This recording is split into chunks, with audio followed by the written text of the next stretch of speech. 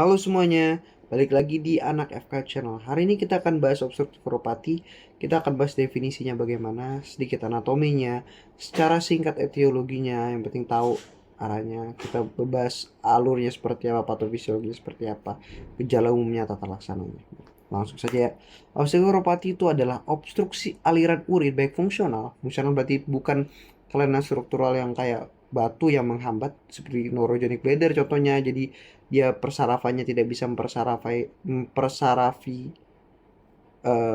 dengan baik untuk daerah misalnya vesika urinarianya seperti pada neurogenic bladder atau anatomis.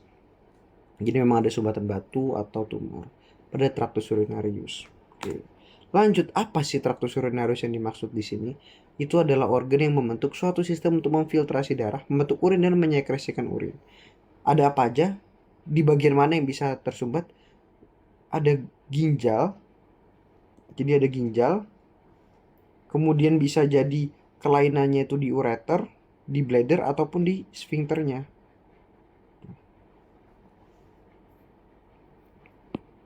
Nah, nah, eh di ureter, mohon maaf bukan di sphincternya, maaf di uretranya. Nah, epidemiologinya itu terbanyak terjadi pada anak-anak dan orang tua di atas 60 tahun ya terutama.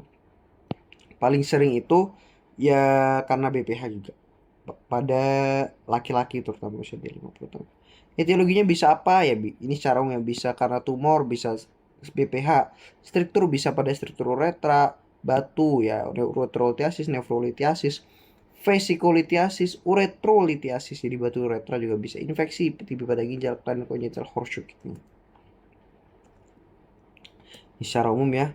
Etiologinya tadi ya, jadi kelainannya itu bisa dari mulai di eh, pelvisnya, jadi daerah pelvisnya atau di daerah pelvis renalisnya, di ureter, ureter intrinsik, ureter ekstrinsik bahkan sampai ke bladder. Jadi bisa di sini, di sini, di sini, di sini.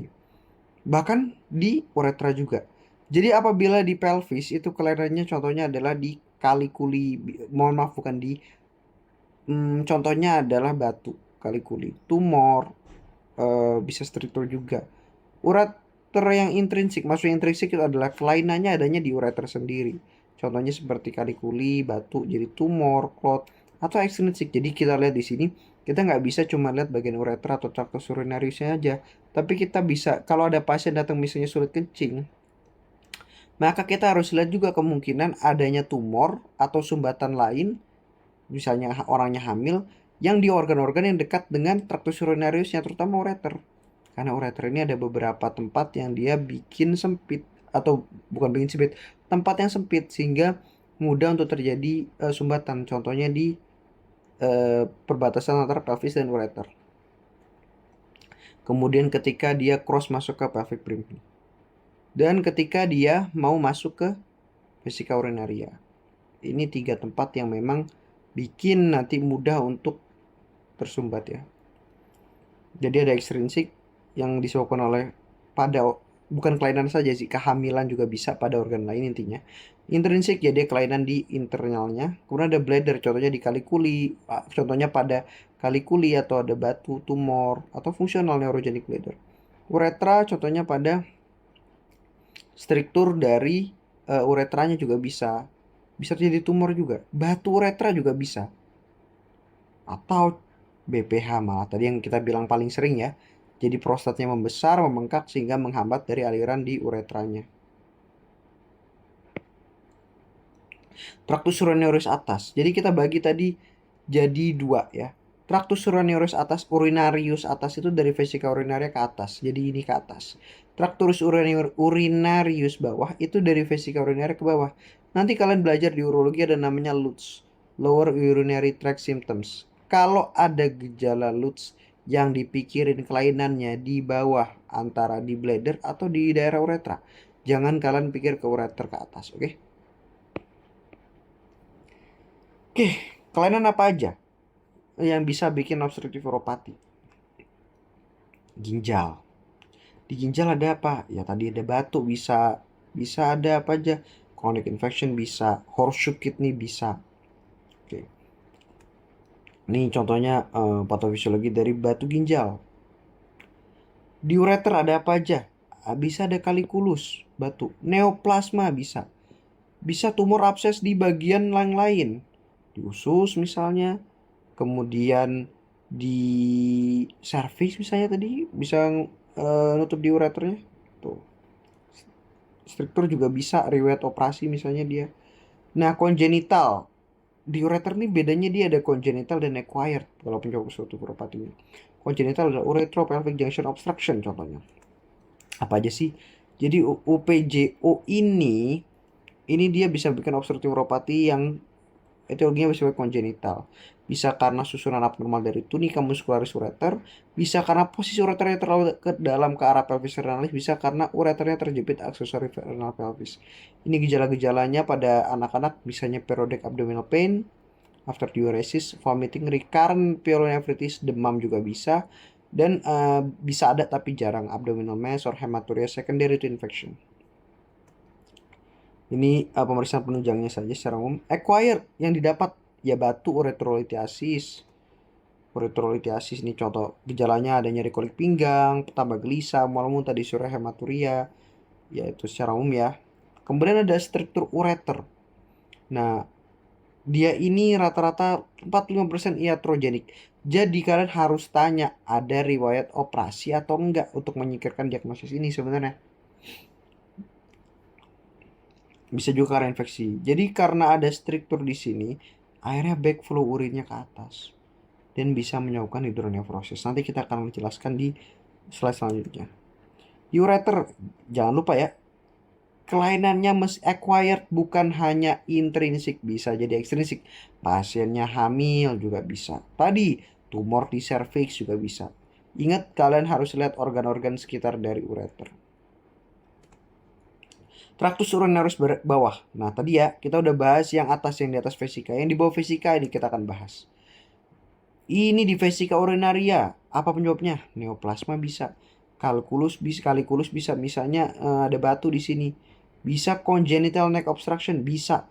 Neurogenic bladder yang fungsional, bisa. Itu loginya. Vesikulitiasis ya, ini secara umum gejalanya ya, ini gejalanya. Nah ini neurogenic bladder yang penting. Anatomi nanti untuk vesikulitiasis mungkin akan dibahas di video yang lain. Neurogenic bladder ini penting. Karena ini fungsional ya. Jadi sifatnya bukan yang struktural. Tersumbatnya bukan karena etiologi yang struktural tapi karena fungsional. Jadi karena memang contohnya pada spinal injury, orang habis jatuh, riwayat trauma pada vertebra misal. Akhirnya signal from brain atau bahkan dari T10L2-nya nggak bisa nyampe ke musculus detrusor. Yang S2 sempat nggak bisa nyampe ke musculus sphincter di uretranya ini. Sehingga yang terjadi apa? Pada saat waktunya filling dan voiding, otot-otot detrusor dan sphincternya ini tidak bisa bekerja sebagaimana mestinya pada orang normal. Sehingga tidak terjadi pengeluaran urin yang baik. Pada saat orang normal harusnya pada saat filling, detrusornya relaksasi, sphincternya kontraksi. Pada saat voiding, kencing, maka detrusornya kontraksi, sphincternya ini relaksasi. Gimana kalau yang terjadi sebaliknya? Karena tidak ada kontrol dari nervusnya atau ada kelainan di di nervusnya sehingga tadi ya akhirnya tidak bisa mengeluarkan urin dengan baik. Jadi obstruktif uropati. Uretra pada wanita, maaf ya ini gambarnya mungkin rada kurang bagus karena memang rada di zoom ya. Tapi intinya kalau pada uretra wanita itu lebih pendek dari uretra pria. Jadi kalau kalau pada wanita itu lebih pendek, terus dia nggak ada organ-organ kayak prostat gitu-gitu yang mungkin bisa membesar, yang bisa menyumbat. Jadi penyebabnya apa? Ya neoplasma bisa, papiloma bisa gitu. Terus kita lihat dari strukturnya juga sebenarnya dia lurus. Mungkin beloknya hanya sedikit sehingga lebih jarang kemungkinan untuk obstruksi di uretra kalau pada wanita. Kalau pada pria itu uretranya berkelok-kelok. Nah, dan sudah berkelok-kelok ditambah di bagian uretra posterior itu ada prostat. yang bisa membesar dan cenderung membesar pada laki-laki usia 50 tahun ke atas, sehingga bisa bikin pasiennya BPH. Atau pasiennya infeksi bisa jadi prostatitis. Membesar akhirnya menutup jalur kencingnya melalui uretra. Kalau di depan di pars anterior apa? Contohnya di ada neoplasma. Batu juga bisa. Ingat ya, jadi ada pars posterior dan pars anterior. Nanti kalau kalian di urologi belajar ada uretra pars posterior. Contohnya di uretra pars prostatica, uretra pars membranosa. Ada pars yang anterior, bulbar uretra, pinal uretra, bahkan ada yang sendiri. Fossa naviculara kadang digolongkan sendiri. Ingat ya, ada pars posterior dan pars anterior. Karena nanti untuk penggolongan kayak batu, kadang penyebutan diagnosisnya itu ada batu uretra posterior, batu uretra anterior gitu. Ya, ini yang paling sering sih. Jadi pada uretra pria itu sering namanya benign prostate hyperplasia. Nah, ini mungkin saya selipkan dikit ya. Ada yang namanya LUTS. Tadi kan saya sudah bahas, ini kita bahas tentang tractus urinarius bawah. Berarti kita bahas tentang vesika urinaria dan uretra. Ingat, kalau ada gejala LUTS, lower urinary tract symptoms, maka kita harus curiga ini kelainannya di tractus urinarius bawah. Pengukuran derajat LUTS-nya atau seberapa parah LUTS-nya itu pakai skor IPSS. Tapi IPSS ini biasanya, bukan biasanya, diukurnya kalau pada pasien BPH. Karena nanti dia pengaruh ke terapinya. Nanti mungkin akan dibahas di video lain. Oke, jadi intinya ada banyak ya BP di ginjal bisa di pelvis urinalis bisa ada batu di situ, ada tumor di ureter, bisa di internal mungkin jadi bisa batu, bisa tumor di situ, bisa UPJO juga bisa kongenital tadi ya. Kemudian bisa eksternal orang hamil atau misal orang ada tumor di serviksnya jadi menghambat dari flow di ureternya. Di vesika urinaria bisa karena tumor, bisa karena batu di uretra. Kalau wanita mungkin neoplasma papilloma lebih ke arah tumor ya atau ke kanker ya. Tapi kalau pada pria bisa macam-macam. Di pars posterior bisa karena masalah di tadi BPH ya yang paling sering. Kemudian di anterior ya bisa karena struktur. Dia dari wet operasi nggak kalian tanya. Klasifikasinya, nah ini klasifikasi secara umum ya, akut dan kronis, unilateral dan bilateral. Lebih bahaya mana, unilateral atau bilateral? Ya lebih bahaya bilateral kalau dua-duanya tersumbat. Karena yang satunya nanti nggak bisa yang namanya kompensasi. Jadi ginjal yang lainnya tidak bisa kompensasi karena dia juga tersumbat juga aliran urinnya. Ada backflow juga. Parsial atau komplit ya, lebih mending parsial. Intrinsik dan ekstrinsik yang tadi kita udah bahas ya, intrinsik ekstrinsik. Patofisiologi ini fase pada saat awal mula terhambat urin tidak dapat keluar, jadi fase 1 sekitar 1,5 jam urin tidak dapat keluar, akhirnya tekanan di pelvis renalis dan ginjal meningkat, sel-sel tubular ginjal tergang sehingga melepaskan prostasiklin, prostaglandin E dan nitrous oxide, sehingga nanti akan terjadi dilatasi arteriol aferen sehingga GFR dapat dipertahankan. Jadi dibentuk dari mekanisme untuk mempertahankan GFR-nya karena tadi tekanannya udah meningkat ya. GFR itu kan tergantung dari tekanannya, glomerular filtration rate. Kalau misal glomerular filtration rate-nya nggak misal tekanannya terlalu tinggi, area glomerular filtration rate-nya ya nggak bisa baik gitu loh, nggak bisa memenuhi target, sehingga tadi dilatasi supaya GFR dapat dipertahankan. Fase 2 1,5 sampai 5 jam angiotensin 2 yang dikeluarkan, tromboksana 2 yang dikeluarkan. Ini akan memicu vasokonstriksi dari arteriol eferen sehingga menurunkan aliran darah ke ginjal. Fase 3 lebih dari 5 jam angiotensin 2 dan tromboksana 2 membuat eferen aferen vasokonstriksi juga. Akhirnya renal arterial blood flow dan tekanannya juga menurun. Nih, kita lihat patofisiologinya. Jadi terjadi obstruksi dari urinary flow. Ini contohnya ya. Ini ginjal, ini ureter, di sini dia ada batu di sini. Hanya stasis urin. Ingat kalau stasis urin, kalau nanti kalian dimanapun di bedah, ada stasis atau sumbatan di mana, maka yang daerah proksimal itu akan namanya dilatasi. Nah, akan terjadi tekanan elevasi, tekanan. Ya iya, ya urinnya nggak bisa keluar, airnya numpuk di atas ini. Akan terjadi distensi, dilatasi dari renal pelvis dan kaliks. Sehingga akan terjadi namanya hydroureter. Lama-kelamaan, fungsi renalnya menurun. Dan susceptible to hypertension dan infeksi juga ya. Lama-kelamaan juga akan terjadi, nih, save me, dia udah nggak kuat. Akhirnya terjadi namanya permanent loss of renal mass. Dan tidak bisa ekskresi urin lagi. Ini ya secara umum. Ketika terjadi injury tadi, maaf, ketika terjadi obstruksi tadi, terjadi berbagai macam hal tadi yang sehingga menyebabkan iskemia atau hipoksia. Jadi terjadi injury, ini bisa menyebabkan nekrosis, sehingga bisa menyebabkan fibrosis dan inflamasi. Intinya, ini urinnya akan backflow, menyebabkan hidronefrosis, tekanan di sini meningkat, sudah berusaha diatasi dengan peningkatan dilatasi aferen arteriol, nggak ngatasi juga, sumbatannya juga nggak berusaha bisa keluar. Lama kelamaan renalnya rusak, ginjalnya rusak, lama kelamaan tidak bisa mengeluarkan atau tidak bisa membentuk urin, akhirnya jadi AKI atau CKD. Intinya seperti itu patofisiologinya. Manifestasi klinisnya ya ini tergantung dari etiologi penyebabnya, namun ini bisa karena bisa nyeri abdomen atau nyeri pinggang, wakturia, disuria, sulit BAK. Kalau curiga ke arah keganasan, lihat ada demam, keringat malam, berat badan turun drastis, hematuri tidak bergejala, itu juga kalau hati-hati.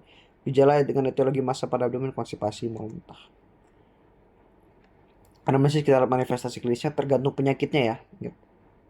Kemudian kita lihat ada riwayat operasi sebelumnya, kita lihat struktur, apakah sudah pernah dipasang kateter urin, bagaimana hasilnya, pengobatan yang sudah dilakukan, kita lihat. Ada penyakit keganasan nggak? Ada penyakit yang sama pada diri sendiri dan keluarga. Tanda vital, bisa abdomen, rectal touche, meraba prostat, bisa genitalia. Palpasi bimanual juga boleh dilakukan, tergantung penyakitnya. Ini pembahasannya luas sebenarnya. Tapi palpasi bimanual harus dibius dulu ya. Diagnosis, kita butuh darah lengkap, urinalisis melihat adanya infeksi, ultrasonografi. USG ini sangat dibutuhkan, dia bisa mendeteksi itu kira-kira retensi urin murni atau memang karena ada massa gitu. Atau kita bisa lihat juga hidronefrosisnya, jadi sudah sampai hidronefrosis belum pasiennya. CT scan abdomen dan pelvis. Tes tambahan boleh IV pialogram, voiding cystoretrogram, renal nuclear scan.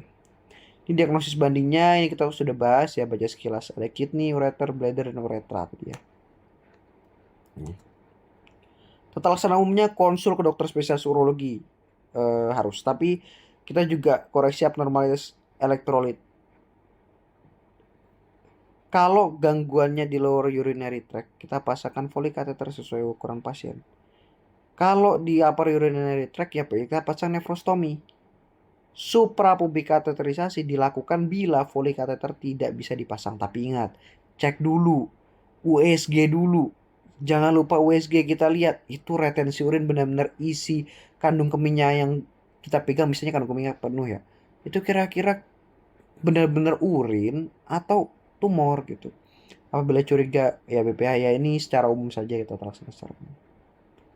Nih Foley catheter, ini gambarnya seperti ini. Komplikasinya apa? Infeksi saluran kemih, gagal ginjal, hematuria setelah terlaksana dengan Foley catheter, obstruktif nefropati juga bisa. Hati-hati ya. Ini semua kalau nggak ditangani, kalau nggak dikeluarin, bisa sindrom uremicum pasiennya. Prognosisnya tergantung pada etiologi. Kalau akut, maka dia cenderung reversibel dan jarang menghasilkan kerusakan. Kalau kronis, maka buruk pada fungsi ginjalnya. Bahkan kalau buruk sampai dia anuri atau oligouri, nanti kalian bahas ya. Itu bisa menyebabkan dia harus butuh hemodialisa atau bahkan sampai transplantasi ginjal. Prognosis memburuk bila ada ISK yang memperparah penyakitnya. Baik, sudah. Terima kasih ya. Mungkin kedepannya saya akan tambah untuk contoh kasusnya yang pernah saya temui selama ini. Baik, terima kasih. Semoga bermanfaat.